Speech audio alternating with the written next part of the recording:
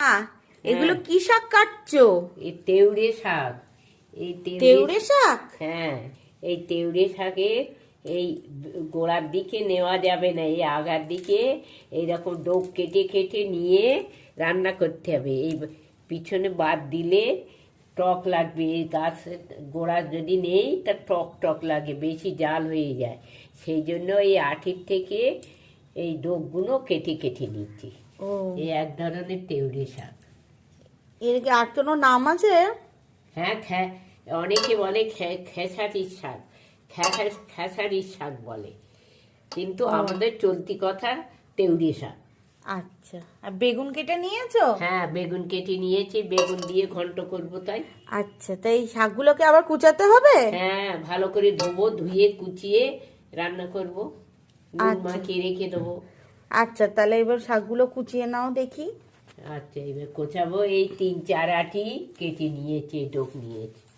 আচ্ছা, ওগুলো দেখতেই পাচ্ছেন পিছনের শাকগুলো। এই শাকগুলো আমার খরগোশ আছে দুটো, ছোট ছোট, সেই খরগোশগুলো খাবে, ওরা খুবই ভালোবাসে।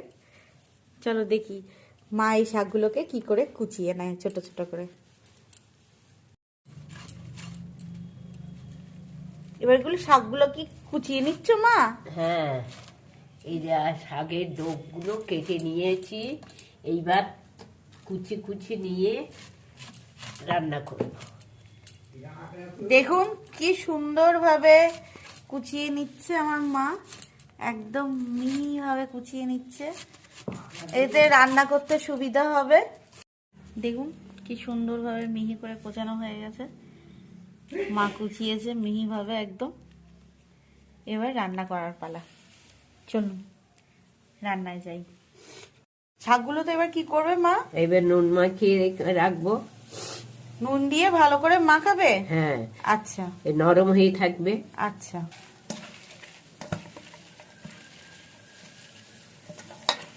নুন দিয়ে ভালো করে চটকে নিচ্ছ তাই তো? হ্যাঁ। আচ্ছা, কি কি দিচ্ছ? এই ফোড়নের জন্য 5 ফোড়ন, তেজপাতা, শুকনো লঙ্কা, আর বড়িটা ভাজবো, আর বেগুনটা ভাজবো, আর মশলার মধ্যে নুন, মিষ্টি, হলুদ আর জিরে বাটা। শুধু এই জিরে গুঁড়োটা দিয়েই শাকটা রান্না করবে তাই তো? হ্যাঁ। আচ্ছা ঠিক আছে, দাও। এবার কড়াই।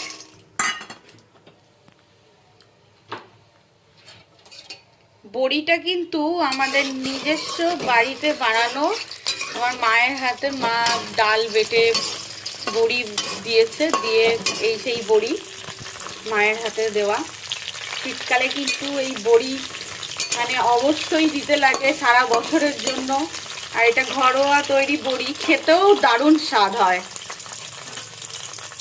ভাজা হয়ে যাচ্ছে, বড়িগুলো এইবার তুলে নেবে? হ্যাঁ। আচ্ছা, মায়ের গলার অবস্থা খুবই খারাপ, মায়ের ঠান্ডা লেগেছে, আর এই ঠান্ডায় কাশিও হচ্ছে, খুব কষ্টও পাচ্ছে। বড়ি তোলা হয়ে গেল, এবার তেলে ফোড়ন দেবে? হ্যাঁ, তেলে তেজপাতা দেবে, শুকনো লঙ্কা, নামাবার আগে একটু গুঁড়ো করে দিলে খুব ভালো হয়, তাই শুকনো লঙ্কাটা একটু বেশি দিচ্ছি। এইবার 5 ফোড়ন দেবে।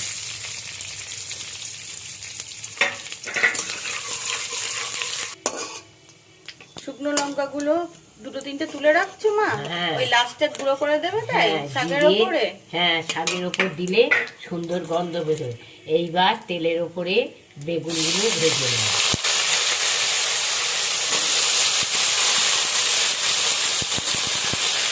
অনেকটা তৈরি থাকতো, সেই জন্য একটু বেশি বেগুন দিব।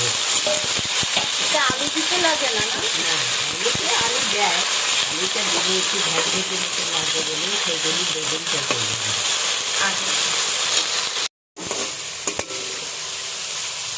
মা বেগুন ভাজা হয়ে এসছে? হ্যাঁ, বেগুন ভাজা হয়ে গেছে। এইবার শাকটা ওতে দিয়ে দেবো, দিয়ে জিরে আর শুকনো লঙ্কা, কাঁচা লঙ্কা মিশিয়ে মশলা বেটে নিয়েছো? হ্যাঁ। এইবার এক এক করে চিনি দেব, নুন দেব, হলুদ দেব, মশলাটা দেব, দিয়ে লাস্টে নামাবার সময় বড়িটা দিয়ে নামিয়ে দেবো। এইবার শাক দেবো।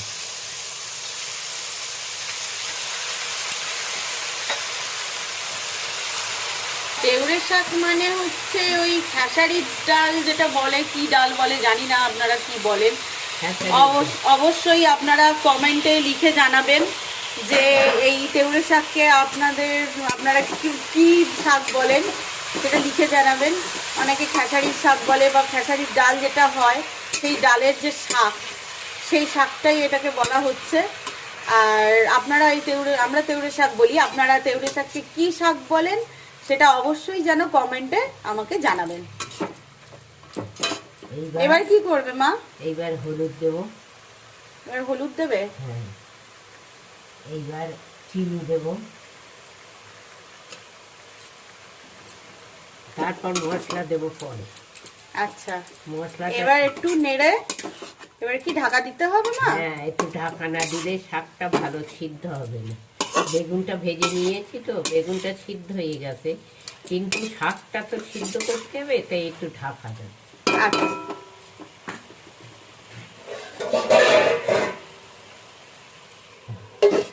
ঢাকা দিলাম। কি করছো মা? এবার ঢাকনাটা খুলবো, খুলে শাকের যে জলটা বেরিয়েছে এই জলেই শাক সিদ্ধ হয়ে যাবে। ও, এই যে ঢাকনাটা দিয়েছিল মা, সেই ঢাকনার জন্যই এই 2 মিনিট ঢাকনাটা দিয়ে রেখেছিল, তাতেই এই যে জলটা বেরিয়েছে, এই জলেই এই শাকটা সেদ্ধ হবে। হ্যাঁ, এইবার মশলাটা দেব, তা নইলে শাকের সঙ্গে মিশবে না তো। এই মশলাটা দিয়ে দিলাম, তারপর নামাবার সময় হলুদ দেব।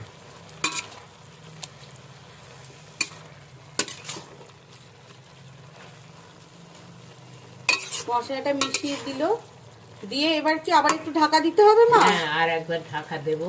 ঢাকা দিয়ে বড়ি, আস্ত বড়ি দেব, আর বড়ি গুঁড়ো করে দেব। আচ্ছা, এই শাকটা আগে সেদ্ধ হবে, এই জলটাতেই শাকটা সেদ্ধ হবে।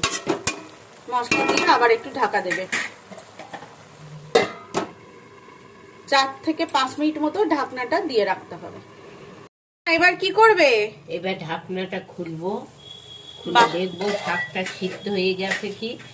শাক তো প্রায় সিদ্ধই হয়ে এসেছে। হ্যাঁ, সিদ্ধ হয়ে এসেছে।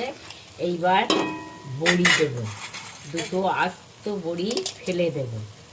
আচ্ছা, এইবার আচ্ছা, এই শাক অবশ্যই আপনারা মনে রাখবেন যে এই শাক খুব মিহিভাবে কুচাতে হবে।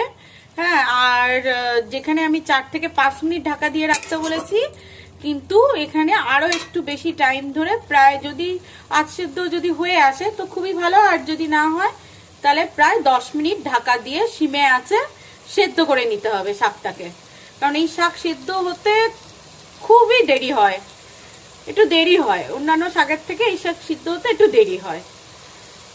দেখুন আমাদের শাকটাও হয়ে গেছে, বড়িটাও এর মধ্যে মা দিয়ে দিয়েছে। ও মা, হ্যাঁ, এবার কি দেবে? এইবার একটু চালের গুঁড়ো দেব, শাকটা একটু আঠাবার জন্য। এই মাখা মাখা করার জন্য? হ্যাঁ হ্যাঁ, মাখা মাখা করার জন্য একটু চালের গুঁড়ো দিলাম।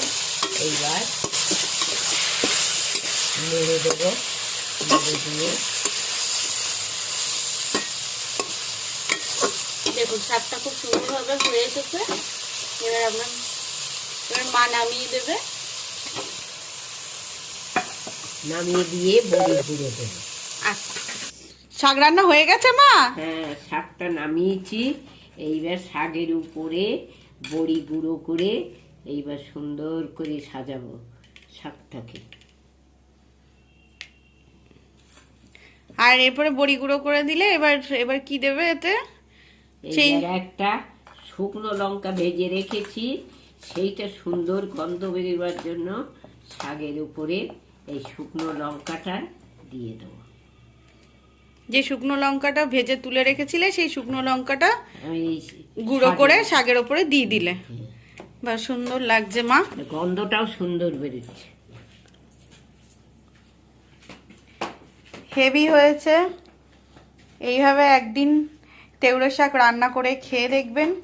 আমার চ্যানেলটিকে সাবস্ক্রাইব করে দেবেন, ভালো লাগলে লাইক শেয়ার কমেন্ট করে জানাবেন অবশ্যই যে এইভাবে শাক রান্না করে আপনাদের কেমন লেগেছে, আর এই শাকটাকে আপনারা কি বলেন সেটাও জানাবেন। ফলো করে দেবেন, সাবস্ক্রাইব করে দেবেন। বাই বন্ধুরা, ভালো থাকবেন।